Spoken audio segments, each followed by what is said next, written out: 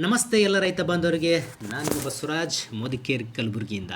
ಇವತ್ತು ನಾನು ಕಲಬುರಗಿ ಜಿಲ್ಲೆಯ ಸಾವಳಗಿ ಗ್ರಾಮದಲ್ಲಿದ್ದೀನಿ. ಶಿವಾನಂದ್ ಸರ್ ಅವರ ಹೊಲದಲ್ಲಿ ಸಂಪೂರ್ಣವಾಗಿ ಅವರ ಲಿಂಬೆ ಬೆಳೆ ಆಗಿರ್ಬೋದು, ತೆಂಗಿನ ಮರ ಮತ್ತು ಕಂಪ್ಲೀಟಾಗಿ ಮಾವಿನ ಮರಗಳು ಸಂಪೂರ್ಣವಾಗಿ ವೀಕ್ಷಣೆ ಮಾಡಿ ಅದಕ್ಕೆ ಏನು ಗೊಬ್ಬರ ಹಾಕಬೇಕು ಅನ್ನೋದು ಸಂಪೂರ್ಣವಾಗಿ ಅವರಿಗೆ ನಾವು ತಿಳಿಸಲಾಯಿತು. ಆ್ಯಂಡ್ ಅವರು ಊರಲ್ಲಿರಲ್ಲ, ಕಂಪ್ಲೀಟ್ ಬೆಂಗಳೂರಲ್ಲಿ ಇರ್ತಾರೆ. ನೆಕ್ಸ್ಟ್ ನಾವು ಬಂದಿರೋಂಥದ್ದು ಹುಣಸಿ ಹಡಗಿಲ ಗ್ರಾಮಕ್ಕೆ, ಪ್ರಭುಲಿಂಗ್ ಸರ್ ಅವರ ಹೊಲಕ್ಕೆ. ಅವರ ಈರುಳ್ಳಿ ಬೆಳೆ ಬಿತ್ತನೆ ಮಾಡಿದರೆ ಅದಕ್ಕೆ ನೀರು ಹಾಯಿಸ್ತಾ ಇರೋವಂಥದ್ದು. ಹಾಗೆ ನೆಕ್ಸ್ಟ್ 20 ದಿನದ ನಂತರ ಬರುತ್ತೆ. ನೆಕ್ಸ್ಟ್ ಕೊಟ್ಟಿದ್ದು ವಿಸಿಟ್ ನಾವು ತೆಲ್ಲೂರು ಗ್ರಾಮಕ್ಕೆ ನಾನು ವಿಸಿಟ್ ಕೊಟ್ಟೆ.